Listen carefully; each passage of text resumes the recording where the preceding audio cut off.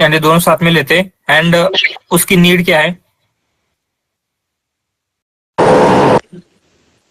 Attention is proposed as a solution to limitation of the encoder-decoder model, which encodes the input sequence to one of the fixed length vector from which to decode the output at each time step. या so basically क्या होता है, instead of converting all sequence into one single context vector, हम क्या करते हैं, every time step की information हम क्या कर रहे थे, अटेंशन मैकेनिज्म से फीड कर रहे थे। ठीक है, ये जो ओनली अटेंशन मैकेनिज्म है इसको उतना ज्यादा कोई पूछेगा नहीं, लेकिन जस्ट बेसिक आइडिया अगर आपको है तो भी इनफ रहेगा। इवन आपके इंटरव्यू में या फिर आपको कहीं पे भी इसका यूज उतना होने वाला नहीं है, लेकिन जस्ट कंटिन्यूटी के लिए आपको ये पता होना चाहिए। एंड ठीक है, ये नीड भी कोई प्रॉब्लम नहीं। एंड अटेंशन मैकेनिज्म के कौन से डिफरेंट टाइप्स है, अगर हम नंबर ऑफ सीक्वेंस का देखते हैं तो उसके अकॉर्डिंगली कितने टाइप्स है? Self attention, cross attention, multi-head attention. These are the types of attention mechanism. Yeah, master attention, all these are the types. Again, what is self attention? Self attention is for we are using the finding the contextual meaning of a single word, a single sentence. That is the self attention. Yeah, and what is difference between self and cross attention? Self attention is for one sentence, and cross attention we are calculating the context meaning using two sentences. Exactly. Self attention में क्या होता है, self attention जब हम calculate करते हैं only single sequence का use करते हैं, एंड उस सिंगल सीक्वेंस के ऊपर हम क्या करेंगे जब अटेंशन कैलकुलेट करते हैं, that is self attention. And हम जब टू सीक्वेंसेस का यूज करते हैं for calculating attention, that is cross attention. So again multi-head attention क्या होता है? Multi-head attention allows the model to capture information from multiple perspectives by running several attention mechanisms parallelly. Exactly. So ये जो self attention था, हम क्या करते हैं मल्टीपल टाइम्स कैलकुलेट करते हैं सेम सीक्वेंसेस के ऊपर, जिससे क्या होता है जो भी कॉम्प्लेक्सिटी या फिर एडिशनल इंफॉर्मेशन, जो भी इंफॉर्मेशन थी, सारी इंफॉर्मेशन डिफरेंट हेड्स में कैप्चर हो जाती है, राइट। सो जैसे हमने एग्जांपल के लिए देखा था, क्या हो सकता है, हर एक वर्ड का कुछ मीनिंग हो सकता है, कॉन्टेक्चुअल मीनिंग हो सकता है। तो एक हेड क्या करेगा, वो कॉन्टेक्चुअल मीनिंग कैप्चर करेगा, दूसरा हेड क्या करेगा, जो रेफरेंसेस होते हैं ही, शी, इट, उनका इंफॉर्मेशन कैप्चर करेगा। ऐसे जितनी भी सारी इंफॉर्मेशन होती है वो सारी इंफॉर्मेशन क्या होगी, कैप्चर हो जाएगी मल्टीपल हेड्स में। इसलिए हम क्या करते हैं मल्टी हेड अटेंशन यूज करते हैं। सो what is attention function and how is scale dot product attention calculated? So basically scaled dot product attention का फॉर्मूला क्या था? Softmax of query key transpose and under root of dk into value. value. या सो इस formula का use करके हम क्या कर रहे थे, scale dot product attention calculate कर रहे थे। सो ये क्या है, how do you account for order of words in input sequence in transformers. So उससे पहले जो हम scale dot product attention calculate कर रहे थे उसमें हमने कुछ स्टेप्स देखे थे, किसी को याद है वो स्टेप्स क्या क्या है?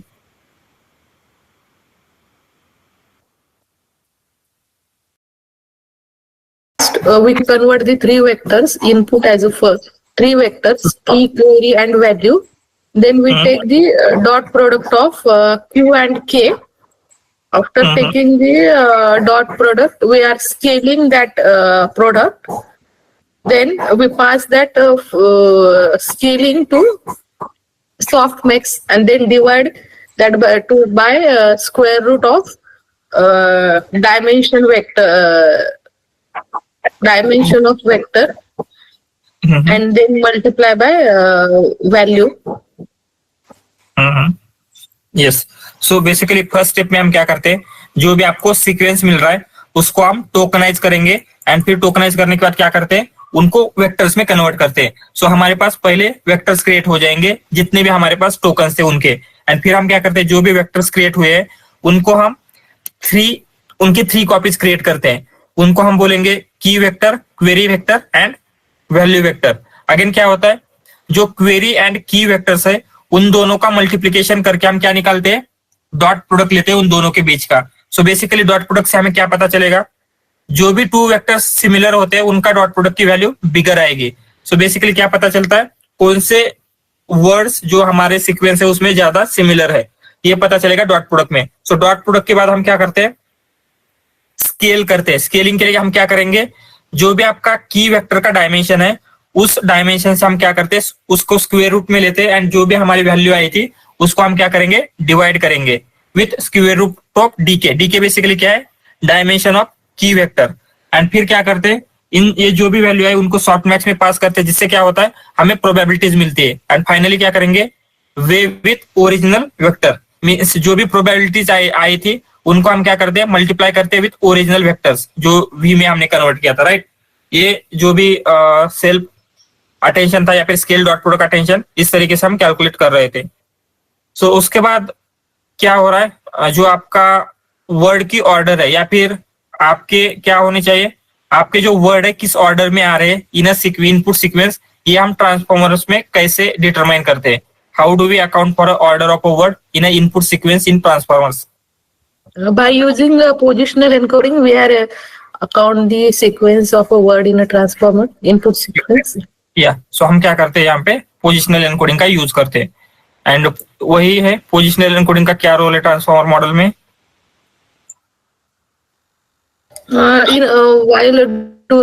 While working on a sentence or a sequence model, the order of a word is the most important to understand or to capture the context meaning of that sentence. For that purpose, we are using the positional encoding. Yeah.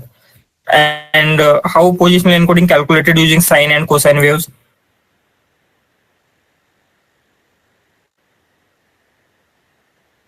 There are two formula. If the index of a word in a E1, then we are using sine, and if the index of a word in a sentence is a odd, then we are using cosine for calculating positional encoding.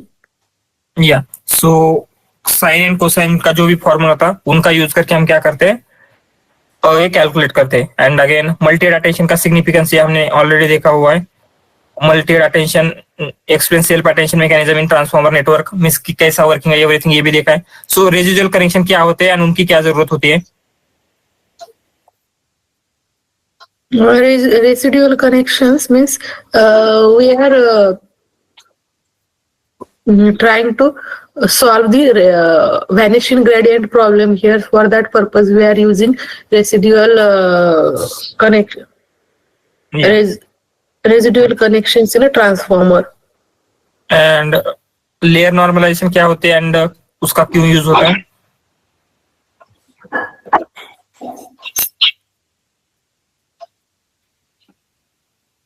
Other peoples किसी को discuss नहीं करना है क्या.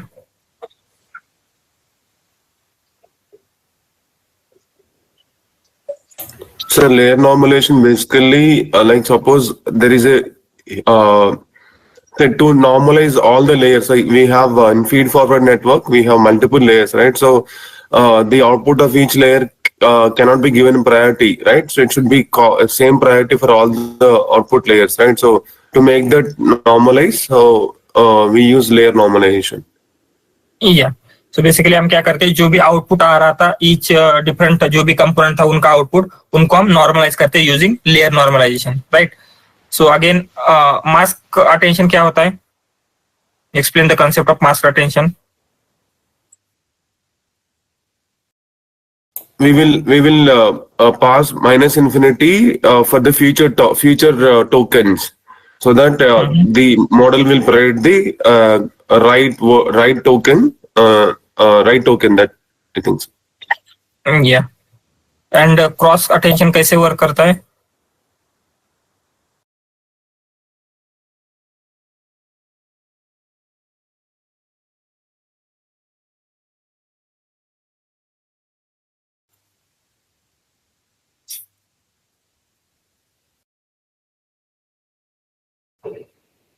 How does cross attention works?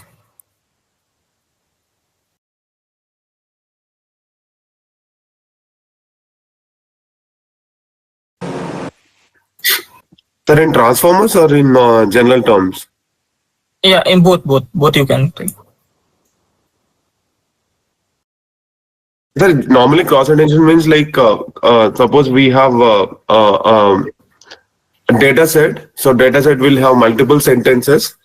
So each sentence will be compared with other sentences to operate the right terms. I think that will be the cross attention. But with respect to transformer, I did not remember. Mhm. So query come from the decoder and key values came from the encoder. Yes. Yeah. Yeah. So cross attention में basically क्या That is होता also है? self-attention only, na? So that Yeah, is yeah. that is also self-attention only, right? Not the cross attention, right? No, जहाँ पे हम 2 sequences use कर रहे हैं that is cross attention. So Correct. जो हमारा डिकोडर पार्ट है वहां पे हम क्या करते हैं, क्वेरी हमारे डिकोडर से आती है एंड फिर एनकोडर से ऐसे कुछ 2 वेक्टर्स आ रहे थे that is key and value vectors. Correct. हाँ, that is cross attention. Oh, okay. So what is softmax role in transformer? Softmax का क्या रोल है? To find the probability, sir. या It provides non. यस, बोलिए.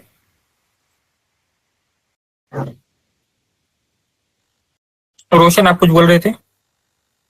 Sir, it provides non-linearity to the output. Non linearity नहीं, just क्या होता है, हमें नेक्स्ट वर्ड चाहिए था. नेक्स्ट वर्ड का प्रोबेबिलिटी देने के लिए जो भी हमारे पास कितने, जो भी वोकैबुलरी में जितने भी वर्ड्स हैं वो क्या करता है, बेसिकली हर एक वर्ड के लिए प्रोबेबिलिटी देता है. सो नेक्स्ट वर्ड कौन सा होगा. अगर हमारे पास वोकैबुलरी में क्या है 10,000 वर्ड्स है, कंसिडर अभी के लिए हम 10 वर्ड्स ऐसे कंसिडर करते हैं, तो फर्स्ट वर्ड नेक्स्ट वर्ड होगा उसकी प्रोबेबिलिटी क्या है, सेकंड वर्ड नेक्स्ट वर्ड होगा उसकी प्रोबेबिलिटी क्या है. उस तरीके से क्या करता है, हमारे वोकैबुलरी में जितने भी क्या है टोकन्स है, सारे टोकन्स की प्रोबेबिलिटी क्या करेगा, ये दे देता है. अगेन ठीक है, ये हो गया. टीचर फोर्सिंग क्या होती है एंड उसका सिग्निफिकेंस क्या है? In next word predictions, we are using the actual words, not using the predicted words. That is the teacher forcing, and this teacher forcing is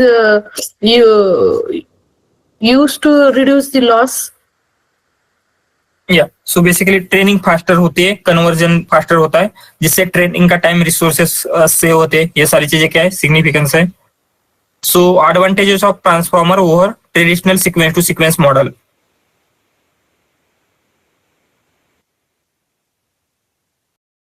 By using transformer, in transformer we are using attention mechanism, means we are able to find the exact or referential context meaning, or rather than the traditional sequence to sequence models. This self attention or attention mechanism is the main advantages of transformers.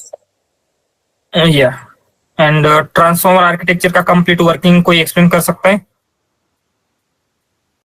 सो ठीक है, अगर किसी को नहीं आता या transformer का complete working, ये आपको इंटरव्यू में पूछे जाने की प्रोबेबिलिटी बहुत ज्यादा है. तो ये क्या करना है, आपको करके लेना ही है. अगर मोस्ट ऑफ द लोगों ने नहीं किया होगा मुझे पता है, लेकिन अगर किसी को एक्सप्लेन करना है तो कर सकते हैं. एंड ये इंपॉर्टेंट क्वेश्चन है इंटरव्यू के पर्सपेक्टिव से एंड अदर पर्सपेक्टिव से भी. सो अगर आपने ट्रांसफॉर्मर आर्किटेक्चर कर लिया, बाकी की चीजें आप बहुत ही इजीली अंडरस्टैंड कर सकते हैं, राइट? सो कोई एक्सप्लेन करेगा कैसे एग्जैक्टली वर्क कर रहा था? Sir can I try, but मैंने रिवीजन नहीं किया है, थोड़ा सा आगे पीछे हो सकता है. मीन्स वो डायग्राम जो पूरे है मेरे आंखों के सामने. Firstly, we are passing the input. Then by using input, we are adding the positional embedding to the input. Then we are passing the add and norms to that layer. Then attention mechanism. After attention mechanism, we are passing add and norms. Then we are passing it to feed forward network. Yes. this is the encoder. After encoding, we are passing the input to output embedding to the decoder. Positional encoding to the adding the position encoding to input. Then we are adding add and norm. After that, we are passing mask multi-head attention. Then we are passing add and norm. After that, we are adding cross attention. Then we are cross attentions. We are passing the softmax and linear softmax, and then we get the output. Yeah. So जो भी Short में वैसे या no problem at least कुछ चीजें miss हुई है लेकिन इट्स ओके. सो बेसिकली क्या है, आपका इनपुट रहेगा. इनपुट बेसिकली क्या रहता है, आपकी इनपुट आईडीज रहती है. इनपुट आईडीज हम पास करते हैं, राइट. तो फर्स्ट स्टेप में क्या होगा, जो भी हमारे इनपुट आईडीज थे उनकी एम्बेडिंग क्रिएट हो जाती है, दैट इज इनपुट एम्बेडिंग.